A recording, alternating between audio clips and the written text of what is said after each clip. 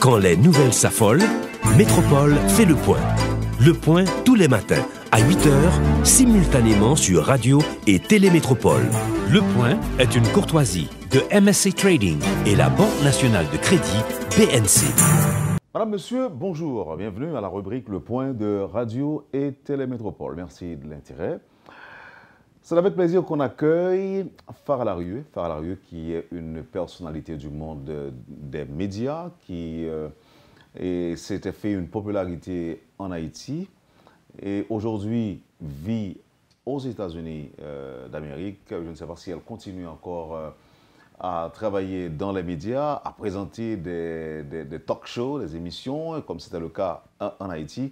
Du passage avec elle, on va essayer de découvrir comment un immigrant ou une immigrante arrive à s'adapter aux États-Unis, son histoire aussi 12 ans après avoir laissé Haïti pour s'installer dans ce pays. Et pourquoi ne pas évoquer le TPS avec Madame Larieux, qui est apparemment l'une des bénéficiaires de ce programme américain, programme évidemment destiné à des gens, pas seulement des Haïtiens, mais à d'autres peuples également. Farah Larieux, c'est un plaisir de vous accueillir ce matin à cette émission. Merci de faire le point avec nous. Merci Wendell, c'est à moi de vous remercier pour l'invitation. Et donc, je suis très heureuse d'être dans mon pays après quand même 12 ans. La dernière fois que je suis rentrée, c'était en 2015 pour les funérailles de ma maman. Et là, maintenant, je suis rentrée pour d'autres projets et pour ce qui me passionne aussi. Alors, rapidement, il y a 12 ans, vous avez décidé de quitter Haïti. Vous étiez persécuté ou pas? Non, non, pas du tout. Je peux dire qu'à l'époque où j'ai pris la décision de laisser Haïti, ma carrière était en pleine ébullition. Je venais de lancer Taylor Management Group, à l'époque Taylor Advertising avec Pierre-Michel Théodate, donc un futur brillant en Haïti. Mais toutefois, j'avais beaucoup de questions. Je me rappelle exactement au moment où j'ai pris la décision. Je sentais que le moment était venu pour moi d'aller voir ailleurs. C'était un 24 décembre 2002. Où il y avait une pénurie de gasoline et à un certain moment, arrivé à la station de gasoline près du stade, Silvio Cator, et j'ai vu comment les gens étaient entassés et en ligne avec leurs galons, leurs bidons de gasoline. Et donc, ça m'a rappelé les Juifs condamnés que l'on a emmenés à Auschwitz et à la chambre à gaz. C'est l'image qui m'est venue à l'esprit et qui est quand même une image horrifiante. Et là, je n'ai pas compris pourquoi. Un 24 décembre, c'est le cadeau que nous avons fait. Et je me rappelle, en 86, j'avais 7 ans. Et on disait que, je me rappelle encore du vent de liberté et de l'énergie qui dégageait, de l'espérance qu'il y avait à l'époque. On disait qu'enfin, on va avoir la démocratie, la liberté d'expression.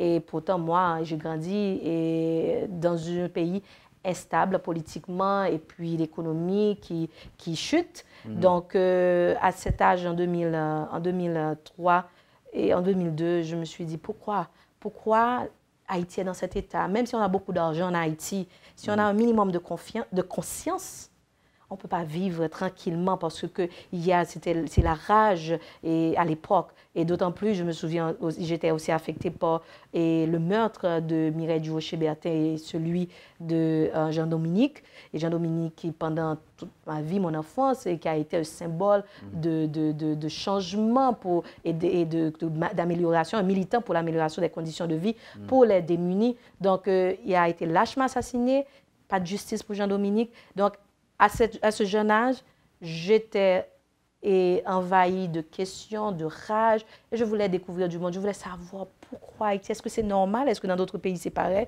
Et c'est ce qui m'a porté à... C'était une révolte interne qui vous a poussé à quitter le pays. Oui, mais je veux te dire... mais vous êtes parti avec tout l'amour que vous avez pour le pays. Oui, bien sûr, parce qu'en fait, je ne suis pas partie pour des raisons politique, je n'étais pas persécutée, je n'avais pas aucun problème économique et j'étais stable et financièrement et même et professionnellement. J'avais ma carrière qui était devant moi et qui allait exploser. Mais toutefois, arrivé à l'étranger, je peux dire que financièrement et socialement, ça m'a un peu ralenti. Parce qu'il y a quand même une période d'adaptation, d'intégration. Et c'est la question que j'allais vous poser.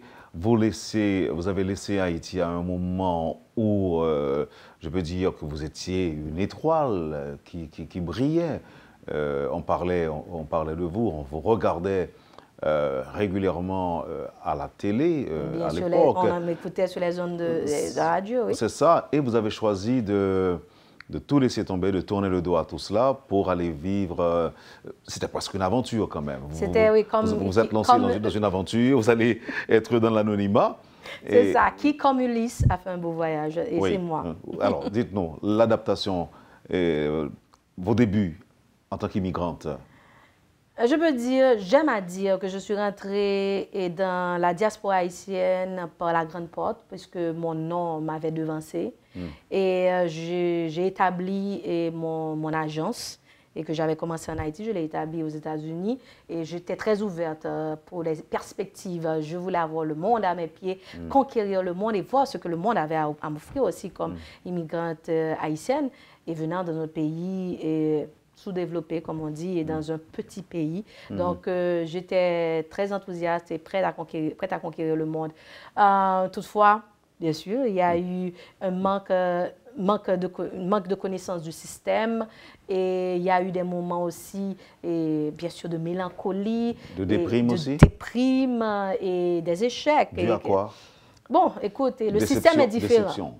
Le système est différent d'Haïti. Et puis Haïti, c'est quand même, nous sommes comme tu dis, tu es connu, donc tu arrives à la banque, écoute, tu ne fais pas la queue. Quelques pays, il y a des privilèges en Haïti, mais ce n'est pas tout ça, c'est pas tout. Il faut quand même... à l'étranger, aux États-Unis, à l'étranger, c'est différent. Tout le monde, c'est au monde. Oui, donc tu es immigrant. Bien sûr, à l'étranger, est-ce qu'il y a aussi des privilèges? Bien sûr, il y a des privilèges sociaux à l'étranger, mais bien sûr, comme immigrante, je n'ai pas pu avoir accès à ces privilèges. Oui, mais il y a aussi la discipline.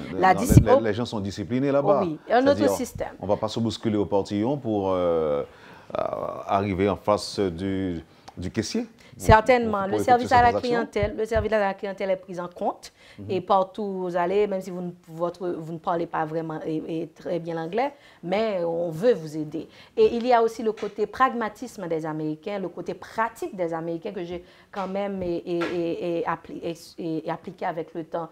Et la notion du temps. Donc, ce sont des acquis pour moi. Et puis, il y a aussi le sentiment d'appartenance. Les Américains, ils croient dans la réussite de leur pays. Ils aspirent à l'excellence. Ils aspirent au succès. Ils aspirent à de meilleures conditions de vie. Donc, j'ai acquis tout ça aux États-Unis et j'ai compris que la différence aussi, une grande différence entre nous, entre les Américains et nous, les Haïtiens, c'est qu'ils n'ont pas d'alternative. Pour eux, c'est pas « Oh, pays n'a pas marché, bon, je t'aime. » Tu vois, donc ils n'ont pas ça. Et ils connaissent l'importance de l'argent.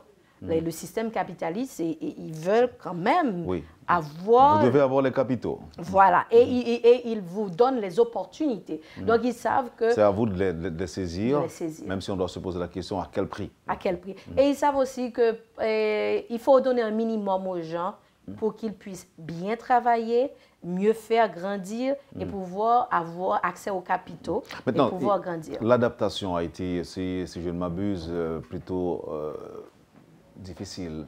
Il y a eu des moments d'échec, oui. Il y a eu des moments d'échec où, par exemple, et par manque de connaissance du système, entre-temps, en faisant le va-et-vient, je dois préciser que j'ai rencontré celui qui allait devenir mon mari. Donc, on avait commencé à sortir ensemble alors que j'étais en vacances. Je faisais le va-et-vient, j'étais en vacances aux États-Unis. Et puis, finalement, on a décidé de se marier. Et par manque de connaissance du système, lui, il est un haïtiano-américain, né et a grandi à New York, mais qui est de parents haïtiens. Donc, ils se sont établis en Floride. Et c'est ainsi que nous avons lancé le processus de de la résidence. Et malheureusement, et lors de l'interview, je ne sais pas ce qui s'est passé, mais ça, c'est un sujet assez intéressant que l'on pourrait développer une autre fois. Mais lorsque en tant qu'immigrant, tu es presque considéré comme un criminel parce qu'il doute de la légitimité du mariage. Et donc, parce qu'il y en a ça. Et donc, lui, on nous a interviewés séparément. Et lui, peut-être par négligence ou pas, je ne sais pas comment, mais il a de maîtrise. Il a une réponse qu'il n'a pas pu répondre et depuis lors, on lui a posé beaucoup de questions. Mais moi, je ne savais pas ça au moment de l'interview. Lorsqu'on m'a appelé, je suis rentrée et tout de suite, après quelques secondes, l'officier m'a dit « Bon, je vais vous faire perdre de temps, et ne me faites pas perdre de temps. » Il a dit que vous fait et il a avoué qu'il vous a fait une faveur. Ou encore, ce serait un mariage business. Comme on dit, un mariage business. Mariage business. Et c'est ainsi que j'ai dit non, j'ai catégoriquement rejeté l'accusation. Elle a commencé à me poser des questions et disons comme challenging me. Et c'est là que, et à chaque question, j'avais une réponse. Je lui disais, il ne peut pas vous répondre ceci. Ou lorsqu'elle me disait qu'il ne sait pas ci ou ça, je lui dis oui, bien sûr, il ne le sait pas parce que moi, je ne le sais pas non plus. Je lui donnais des arguments et à un certain moment, elle m'a dit en anglais, elle s'est arrêtée et elle a dit, I have to talk to my supervisor. Donc, quelque chose n'allait pas bien. Elle est sortie. Quelques minutes après, elle est revenue et elle s'est appuyée près de la porte d'une manière très, comme, tu vois, et comme cause perdue. Well, there's nothing I can do. He already signed the paper. Il n'y a rien que je puisse faire. Il a déjà signé le papier. Quel papier? Et là, lorsque elle m'a fait sortir, et moi, toute déboussolée, je suis sortie et j'ai rencontré mon mari. Et dans l'ascenseur, je lui ai demandé, which paper did you sign? I said, I don't know.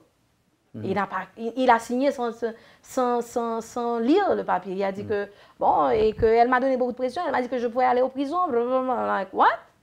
Are you crazy? Don't tell me that. Et là, quand j'ai perdu la tête, j'ai été en crise de nerfs. Et j'ai vu que le ciel tombait sur ma tête. Et là, on a dû, notre consultant, parce qu'on avait une agence qui s'occupait de ça, il ne fallait pas comprendre comment c'est arrivé. On a échoué l'interview. Mais je dois te dire que ce n'est pas un cas typique. Il y a beaucoup d'Haïtiens, beaucoup d'étrangers qui échouent des interviews. On n'en parle pas. On ne parle pas, et c'est ça, merci pour l'opportunité de parler de notre statut d'immigrant, de la vie des immigrants, parce qu'on n'en parle pas assez, nous, les Haïtiens. Permettez que je revienne un petit peu sur cette situation pour aider le public de Métropole à bien comprendre. Il n'était plus un fiancé, c'était déjà votre mari. Oui.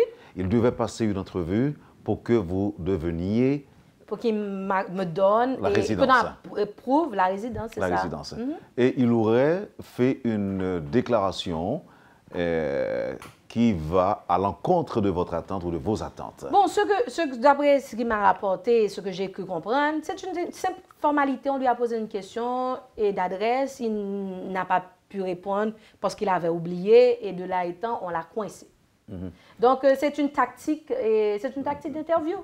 Et de là, on a déduit que vous n'étiez pas sa vraie épouse. Oui, que ce n'était pas légitime, ce n'était pas un mariage légitime. Et là, on vous a tout refusé. Oui. Et donc, on a dû attendre quelques années. Ça s'est passé en février 2006. On a dû attendre encore plus d'1 an lorsque j'ai reçu la lettre disant que the residency petition has been withdrawn. C'est-à-dire, on a enlevé la pétition. Maintenant, lorsque j'ai fait des démarches auprès de l'immigration, je leur ai demandé pourquoi. Et ils m'ont dit que c'était mon mari. Et là encore, ça a créé des doutes. Je dois te dire que pendant longtemps, ça a créé des doutes. Et j'ai eu des doutes contre cet homme, sa virilité et sa bonne intention et son intégrité aussi. Et j'ai cru que c'était de la méchanceté, tu sais. Et ça quand même a gâché le mariage quelque part. On n'a pas eu d'enfant? Non, on n'a pas eu d'enfant. Mais toutefois, j'ai compris par la suite que c'est le papier qui disait, ils ont un papier déjà formaté, qui dit que, bon, il a juste signé pour lui dire que je ne veux pas donner la résidence à la dame, mais il n'a pas lu. Et pourquoi il n'est pas revenu auprès de l'officier de l'immigration? Bon, de la façon dont le système est, c'est un système très opaque. Et on doit dire merci au président Barack Obama qui a quand même su ouvrir et donner plus d'opportunités. L'opportunité aux immigrants pour avoir accès à ce qu'on appelle de USCIS et de United States Immigration Services, something like that. Ce département, c'est un département si opaque. Et c'est un département qui a son pouvoir à lui. Donc, tout immigrant est traité comme des criminels. Et maintenant, ils vous font payer des frais.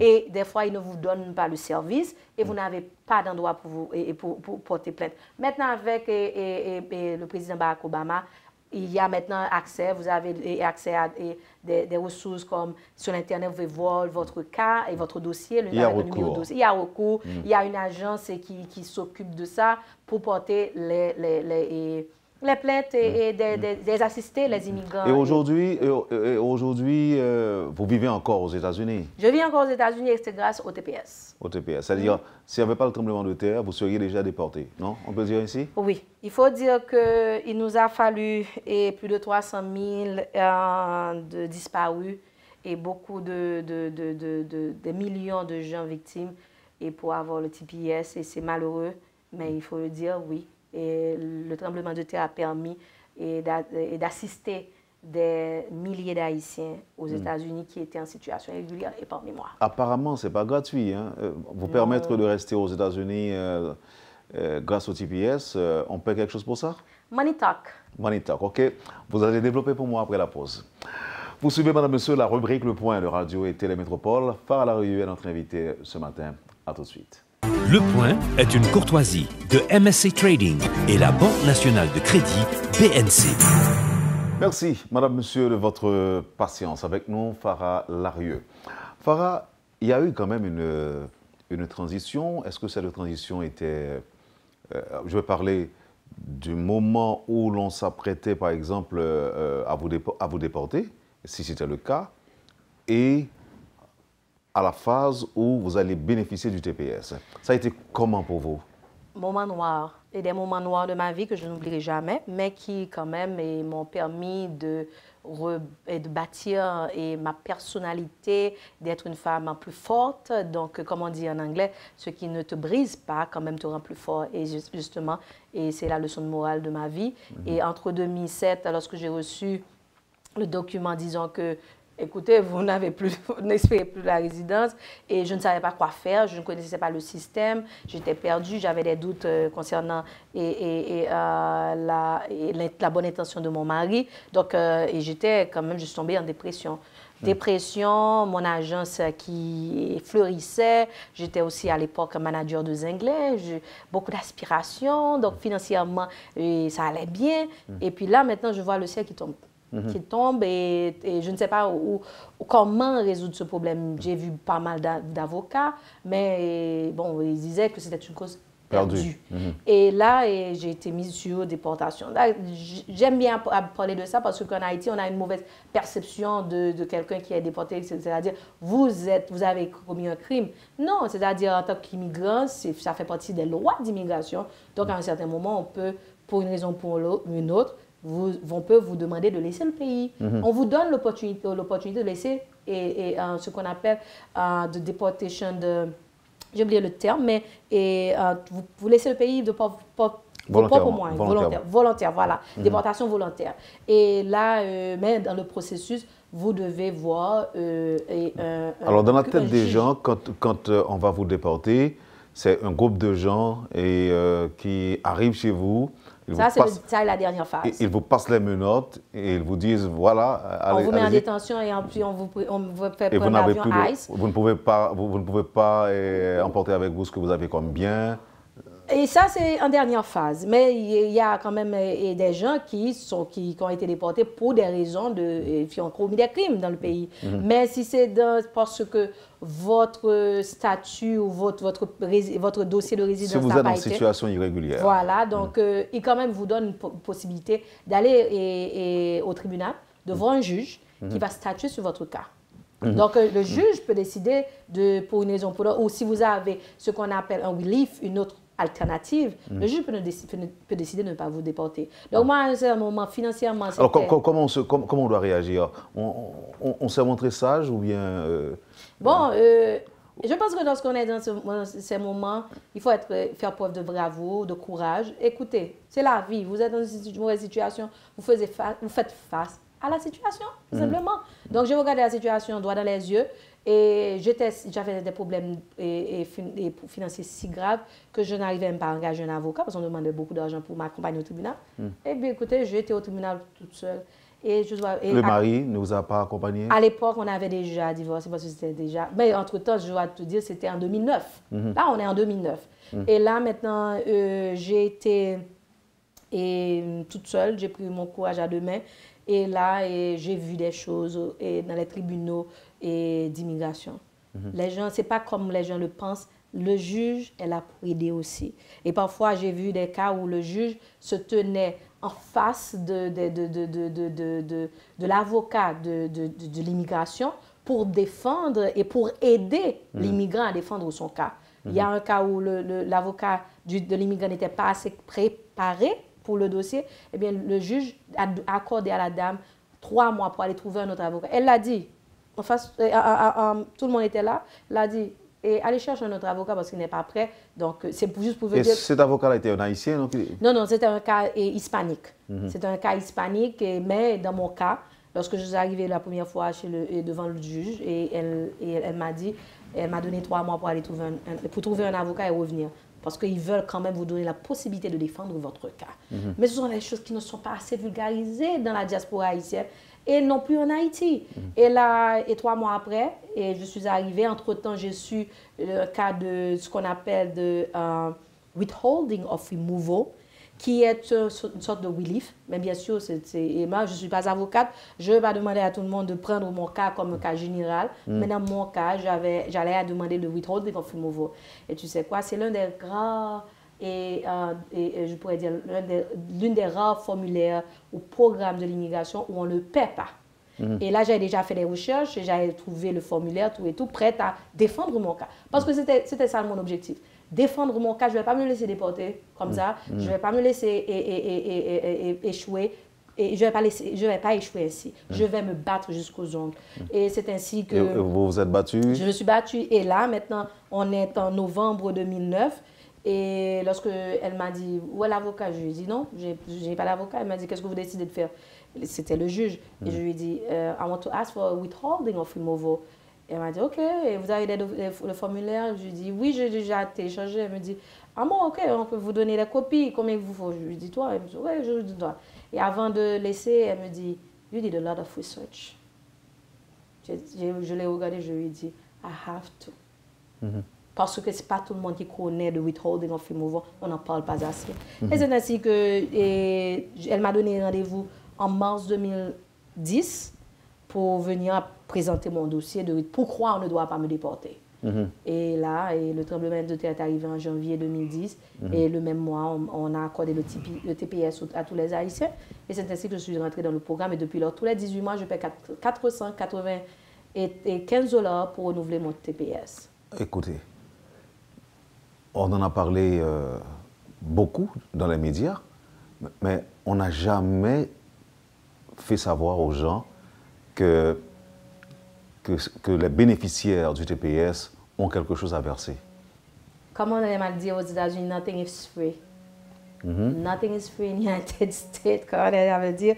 Et c'est pareil. Et il est rapporté qu'il y a, depuis 1999, il y a plus de 300 000 personnes qui ont le TPS et qui viennent pas seulement les Haïtiennes, plus de 300 000 personnes qui ont le TPS et qui viennent de à peu près, je crois, 9 ou 11 pays, et nous incluant sommes... le Népal, Haïti, El Salvador, Nicaragua et Paraguay, et pour ne citer que cela. Et nous sommes à près de 60 000. Nous sommes près de 60 000 pour le moment. Et chaque bénéficiaire... Tous les 18 mois, il faut payer des frais de renouvellement. Et ils doivent aussi, et le président doit aussi passer un ordre exécutif pour pouvoir accepter de renouveler le mais programme. Mais pour qui ça va jamais dire lui-même, ça fait ça? Bon, peut-être qu'il n'y a pas priorité mon cap. Parce que non seulement il faut que son question, il faut renouveler, il ne pas voir 50 000 Haïtiens retourner, etc. Et puis... il y a toujours des frais d'immigration, toujours des frais d'immigration. D'ailleurs, il est rapporté aussi que Et le renouvellement de TPS rapporte au département de Department Homeland Security, et ce département-là qui s'occupe de sécurité TPS. intérieure. Voilà, et plus de 2 milliards de dollars. On rapportait plus de 2 milliards de dollars. Donc, c'est de l'argent. Maintenant, en parlant toujours de chiffres, le secrétaire d'État américain John F. Kelly a décidé de renouveler le TPS pour 6 mois pour les Haïtiens. Mais disons, admettons que, disons, il y a 50 000 Haïtiens qui renouvellent le TPS, à raison de 495 $, disons 700 $ américains, ça fait 25 millions de dollars au département d'intérieur des États-Unis. Est-ce que vous pensez que tout Haïtien a baillé, tout Haïtien qui bénéficie de TPS a baillé comme ça? Non, pareil qu'il y a beaucoup plus de gens, beaucoup plus d'Haïtiens en situation irrégulière aux États-Unis qui auraient pu bénéficier de TPS qui ne l'ont pas fait depuis 2010. Parce je crois qu'on avait... Ils craignent d'être déportés ou pas? Ils craignent parce qu'il faut quand même donner toutes ces informations, là où on vit, son numéro de téléphone. Il faut entrer dans le système. Donc ça veut dire que si tout le monde appliquait pour le TPS, on aurait... Il y aurait à peu près 200 000 Haïtiens à profiter du TPS depuis 2010. Maintenant, à l'heure où on parle, il est rapporté que à peu près 58 000 Haïtiens ont le TPS, 58 000, 60 000. Donc maintenant, certaines personnes vont décider de laisser les États-Unis volontairement. D'autres vont retourner en Haïti, d'autres vont au Canada, d'autres aussi vont se marier. Et d'autres vont peut-être vont chercher d'autres formules pour pouvoir s'intégrer. Et donc, il y aura toujours des gens qui vont décider de laisser le programme. Comment les avocats haïtiens accompagnent les ressortissants haïtiens? L'Association des avocats haïtiens et de Haitian Lawyers Association en Floride, ils sont très impliqués, ils se battent aussi, ils sont dans la militance pour le renouvellement de TPS. Mais maintenant, le combat pour le TPS prend une autre forme. Parce que la réforme immigration, quand même, est, comment on dit en anglais, overdue. Et donc, il a été rapporté qu'il y a plus de millions de gens en situation irrégulière aux États-Unis, de toute nationalité. Confondus. Donc, maintenant, il a aussi rapporté qu'il coûtera beaucoup plus aux États-Unis de les déporter que de faire un programme, tout simplement, pour les aider. On se souvient de la réforme de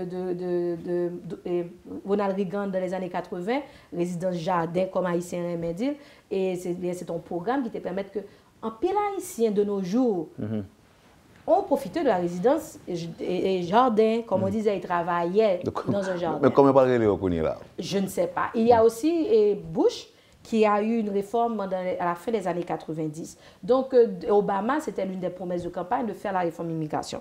Et à l'époque... Mais il a fait quelque chose quand même. Bon, il a fait le TPS pour les Haïtiens. Maintenant, est-ce qu'on va continuer pendant tous les 12 mois au nouvel TPS? Et maintenant, il faut dire qu'à l'heure où nous parlons, maintenant, c'est la peur, c'est la panique de la diaspora. Parce que dans 6 mois, c'est dans quelques jours.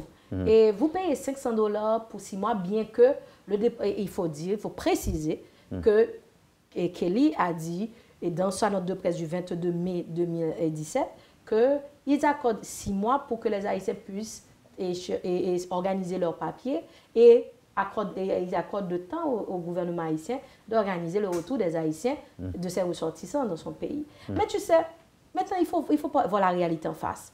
Tu as des gens qui vivent aux États-Unis avant le tremblement de terre. Il y a des gens qui étaient en situation irrégulière pour une raison ou pour une autre. Il y a des gens qui ont fait l'asile et le dossier s'est mal passé à l'immigration pour une raison ou pour une autre. Ces gens-là ont été sous déportation. Il y a des gens c'est parmi ces gens qui ont le TPS, il y a des gens qui gagnent plus de 100 000 $ aux États-Unis, qui ont eu des enfants aux États-Unis, qui parlent à peine le créole. Et il y a aussi des gens qui ont acheté des maisons. Donc, les gens qui ont le TPS aux États-Unis, je ne parle pas seulement des Haïtiens, nous contribuons à l'économie aux États-Unis américaines. Donc, nous payons des milliers de dollars en taxes, nous payons des milliers de dollars en Medicare, Medicaid, en Social Security. Maintenant, vous dites à ces gens, ils ont acheté des maisons, vous dites à ces gens, abandonnez tout, votre maison. Il y a la séparation des familles. Qu'est-ce que vous allez faire? Rapatrier des enfants qui sont nés sur le sol américain, les faire rentrer en Haïti. Et dans un pays où il n'y a pas d'emploi, même pour ceux qui sont là. Vous croyez qu'il y a de l'injustice? Bien sûr, il y a de l'injustice. C'est pour ça qu'on se bat. Mais ils vous diront que c'est leur loi. Bien sûr, mais tout doit peut-être réformé. Donc, vous vous engagez avec évidemment d'autres Haïtiens et Haïtiennes bénéficiaires du TPS. Vous vous engagez dans cette bataille. Certainement. Pensant que la victoire est là, vous allez la voir, vous allez la remporter. Dans tout combat, soit on gagne, soit on perd. Mais il faut que les Haïtiens comprennent. Mais combien d'Haïtiens qui vivent aujourd'hui aux États-Unis vont accepter de venir dans un média, par exemple, comme Métropole, parler de leur situation, dire écoutez, c'est pas le paradis, écoutez, j'étais sur le point d'être déporté, maintenant, ok, il y a eu le tremblement de terre, maintenant je bénéficie du statut temporaire TPS, et là, je vis, la déportation, c'est pas parce que j'étais un criminel. Vous pensez qu'il y a beaucoup d'Haïtiens qui vont accepter de faire ça, de dire ça? Pas beaucoup. Malheureusement, nous avons encore une mentalité de nègre marron et nous avons peur de parler et de situations assez difficiles. Et donc, c'est pour ça que je dois avouer qu'à un certain moment, j'ai fait beaucoup d'interviews. Jusqu'à présent, je réalise beaucoup d'interviews avec des médias internationaux, Al Jazeera et Associated Press et Sun Sentinel et tant d'autres. Donc là, qu'est-ce que vous demandez dans cette bataille? Vous demandez qu'il y ait une réforme? Réforme d'immigration, mais maintenant, la réforme d'immigration, c'est très difficile puisque, même au niveau du Congrès américain, ils ne s'entendent pas. Et particulièrement lorsque Donald Trump est monté avec une promesse d'anti-immigrants. Et donc, il y a une campagne d'anti-immigration. Donc oui, c'est la peur aux États-Unis, c'est pas facile. C'est pas prêcher dans le désert, Farah? Et c'est pas facile. Mais par contre, c'est le droit humain de se battre pour une meilleure condition de vie. Et maintenant, on sait que Haïti est encore instable économiquement. Nous tous, Haïtiens, nous avons le désir de vivre dans notre pays. Nous savons qu'il faut quand même faire beaucoup d'efforts pour pouvoir améliorer les conditions dans notre pays. Mais maintenant, considérant que est-ce qu'il y aura de l'emploi pour tous ces 58 000 Haïtiens qui arrivent ici? Non. Il faut aussi considérer que ces Haïtiens, ils vivent à l'étranger, ils paient les taxes et ils envoient le transfert, ils supportent leur famille ici en Haïti. Donc, et ça va, il faut considérer aussi les 200 000 Haïtiens qui sont, ou plutôt haïtiano-dominicains, qui sont menacés de déportation et qui arrivent dans sur la frontière haïtienne dominicaine tous les jours. Donc, l'État haïtien n'arrive même pas à prendre en charge. Donc, maintenant, ça va créer une déstabilisation économique en Haïti et ça va affecter non seulement les États-Unis dans le long terme, parce que c'est un droit de plus entier, la survie. Donc, vous pouvez déporter 50 000, mais attendez-vous, vous pouvez recevoir maintenant des millions qui vont arriver. Comment? Je ne sais pas, mais qui vont retourner parce que lorsque la situation sera encore plus difficile, la situation économique sera encore plus difficile en Haïti, la misère sera encore plus difficile en Haïti, eh bien, ils vont vouloir laisser. Et ça va aussi affecter la sécurité dans l'hémisphère. Donc, ça va affecter la Caraïbe. Donc, il est dans l'intérêt du peuple américain et du peuple haïtien de chercher une réforme d'immigration et ou bien un statut permanent pour ces plus de 300 000 personnes. Vous avez le soutien des ressortissants haïtiens dans cette bataille? Nous avons ou bien est-ce qu'ils vous comprennent? Je ne suis pas... Je suis une personne je suis détenteur du TPS, mais je ne suis pas la seule dans cette lutte parce qu'il y a beaucoup d'organisations, comme je te disais tantôt, l'organisation et des Haïtianos, the Haitian Lawyers Association. Vous avez Femmes dans Miami ou Haitian Women of Miami, qui est une organisation communautaire et d'immigrants qui milite dans ce sens. C'est dirigé par Marlène Bastien. Vous avez Centla Haitian Neighborhood Center, dirigé par Gypsy Metellus. Vous avez aussi des élus et haïtiano-américains, Daphne Campbell, Smith Joseph. Vous avez aussi des élus américains, Frederica Wilson, et la congresswoman Frederica Wilson, Bill Nelson, Eliana Wassetinen, Marco Rubio, qui, démocrates comme républicains, qui supportent cette cause parce qu'ils comprennent que ce sera faire mal à Haïti. Deux dernières questions, Farah. Pour qui il est plus facile l'intégration américaine entre un homme et une femme, ou encore un immigrant ou une immigrante? Plus facile. Et bien sûr, le niveau d'éducation joue beaucoup.